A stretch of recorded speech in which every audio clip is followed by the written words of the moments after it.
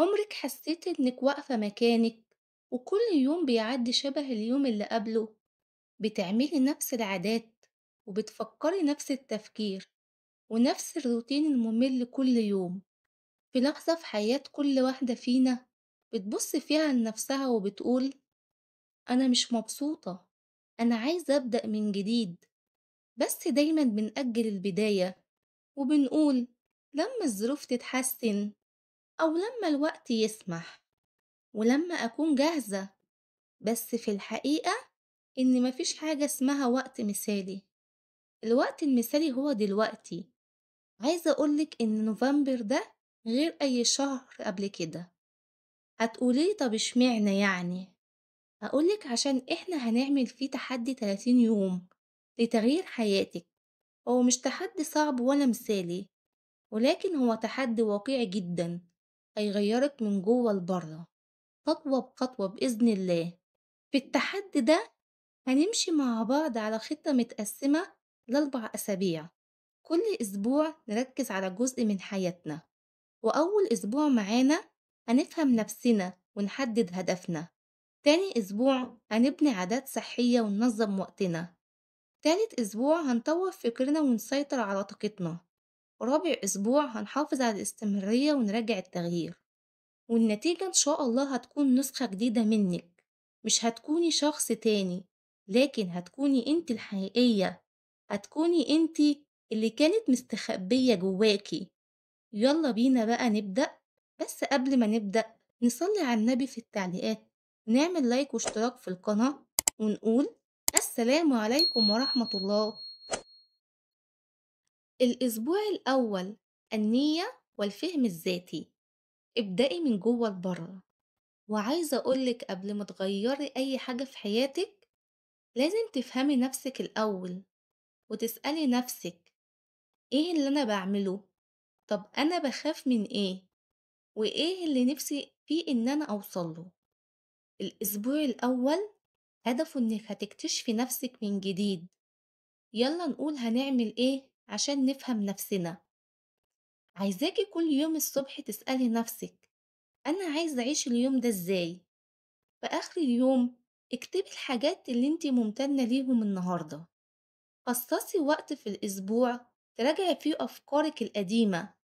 افتكري مين اللي قالك إنك مش هتقدري تعملي كذا أو كذا، أو كان في سبب في إحباطك في يوم من الأيام، ومين اللي زرع فيكي خوف التغيير. من هنا ابدأي تصالحي مع نفسك، وافهمي نقطة قوتك، واعترفي بضعفك من غير جلد ذات، لأن ده الأساس اللي هتبني عليه باقي التحدي. والهدف في نهاية الأسبوع الأول إنك تخرجي منه وإنت عارفة نفسك أكتر وأكتر، عارفة اتجاهك فين، وجاهزة إنك تتحركي كمان بوعي. الأسبوع التاني: ابني الأساس، العادات الصحية وتنظيم الوقت. وعايزين نعرف كلنا إن التغيير مش بيكون صدفة، لكن التغيير بيكون نتيجة لأفعال صغيرة جدا بتتكرر كل يوم. والأسبوع ده هنبني الأساس اللي هنقف عليه، ومش محتاجة تقلبي حياتك 180 درجة عشان تبدأي تتغيري. عايزاكي تبدأي بعادات بسيطة جدا، بس بشرط تكون ثابتة. ونبدأ مع بعض بالعادة الجسدية. وأول عادة معانا: اشربي كوباية مية أول ما تصحي. امشي 15 دقيقة. كلي وجبة فيها حاجات مفيدة. قللي السكر قد ما تقدري. بالتدريج، وكده نكون خلصنا العادات الجسدية البسيطة. ونيجي بقى لعادات تنظيم الوقت. حددي 3 مهام أساسية كل يوم. استخدمي مبدأ 25 دقيقة تركيز و5 دقايق راحة. وقبل ما تنامي حضري اليوم اللي بعده. وكل جمعة اعملي تقييم أسبوعي بسيط، واسألي نفسك: أنا أنجزت إيه؟ وإيه اللي محتاج تعديل؟ عايزة أقولك إن العادات دي مش مجرد أفعال، دي رسالة لعقلك إنك بتحبي نفسك. بتحبي نفسك كفاية جدا عشان تهتمي بيها. والهدف في نهاية الأسبوع التاني هتحسي إن يومك بقى منظم أكتر، وجسمك اتنشط أكتر وعقلك بقى أهدى. الأسبوع التالت، غذاء العقل والروح. طوري نفسك وذهنك. بعد ما أسستي نمط حياة صحي ومنظم، جه دلوقتي وقت التطوير الداخلي. وطبعا الجزء ده مفيش حد بيشوفه غيرك. والأسبوع ده عن الذهن والروح، عن أفكارك، عن طريقتك في التفكير ونظرتك للحياة. ويلا بينا على مهام الأسبوع ده. اقري كل يوم 5 صفحات من كتب تطوير الذات، واسمعي فيديو محفز كل يوم، وانتي في طريقك، وانتي واقفة في المطبخ، وانتي داخلة تنامي. اكتبي أفكارك ومشاعرك بصدق، من غير تجميل خالص. مارسي التأمل أو الهدوء 5 دقايق في اليوم. قللي السوشيال ميديا، قلليها قد ما تقدري، واستبدليها بحاجة تنفعك. ابدأي شوفي إن الهدوء مش ضعف، وإن التوازن النفسي أهم من السرعة. وفي النص راقبي نفسك واسألي نفسك: هل أنا بقيت أهدى؟ طب هل بقيت أفكر قبل ما أتكلم؟ طب هل بقيت أتعامل مع المواقف بعقل مش بالانفعال؟ وهدفنا في نهاية الأسبوع التالت هو تحسي إنك بقيتي تفهمي نفسك أكتر وأكتر، وبتسمعيها برضو أكتر وأكتر، وكمان بقيتي قريبة من سلامك الداخلي. الأسبوع الرابع، العادات السيئة والطاقة السلبية. اتحرري من اللي بيشدك لتحت. من دلوقتي جه وقت المواجهة.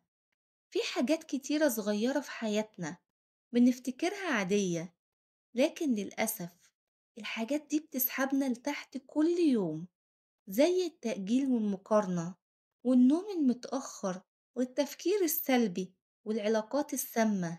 عايزة أقولك إن الأسبوع ده هو أسبوع التحرر، وهنبدأ مع بعض أول خطوة، وهي: اختاري عادة واحدة سيئة واشتغلي إن انت تتخلصي منها. ولو في حياتك علاقة ملهقة في طاقة سلبية، ابعدي مؤقتا عنها. خليكي في بيئة إيجابية، واسمعي وشوفي محتوى يرفعك. ابدأي تطهري من اللي جواكي، لأن التغيير مش بس إضافة جديدة، هو كمان مساحة جديدة لازم تفضيها من القديم. هدفنا في الأسبوع الرابع إنك تحسي بخفة، كأنك شلتي حمل عن روحك، وسلامك الداخلي بيزيد، وتركيزك على نفسك يرجع مكانه الطبيعي. ودلوقتي بعد 30 يوم، بصي وراكي. فاكرة أول يوم؟ طب فاكرة الإحباط اللي كان جواكي؟ طب عايزاكي تبصي على نفسك دلوقتي. انتي أكيد اتغيرتي، يمكن مش 100%، لكن بقى عندك وعي جديد. وبكده يكون ال30 يوم خلصوا، بس الرحلة لسه مكملة. الفرق بينك النهاردة وبينك من شهر عمره ما كان صدفة، ده نتيجة قرار بسيط انتي خدتيه انك تبدأي. عايزة اقولك ما ترجعيش لورا، خلي التغيير عادة مش تجربة خالص. وكل مرة تحسي انك وقعتي، افتكري وقولي لنفسك: أنا مش الشخص اللي كنت زمان، أنا الشخص اللي ببني نفسي كل يوم. خليكي دايما في رحلة التحسين المستمر. خليكي النسخة اللي نفسك تشوفيها في المراية، ووقتها تقولي: أنا فخورة بنفسي. نوفمبر مش نهاية، نوفمبر هو نقطة البداية. وبكده يكون الفيديو بتاعنا خلص. ما تنسوش بقى تصلوا على النبي في التعليقات، وتعملوا لي لايك وكومنت على الفيديو واشتراك في القناة. السلام عليكم ورحمة الله.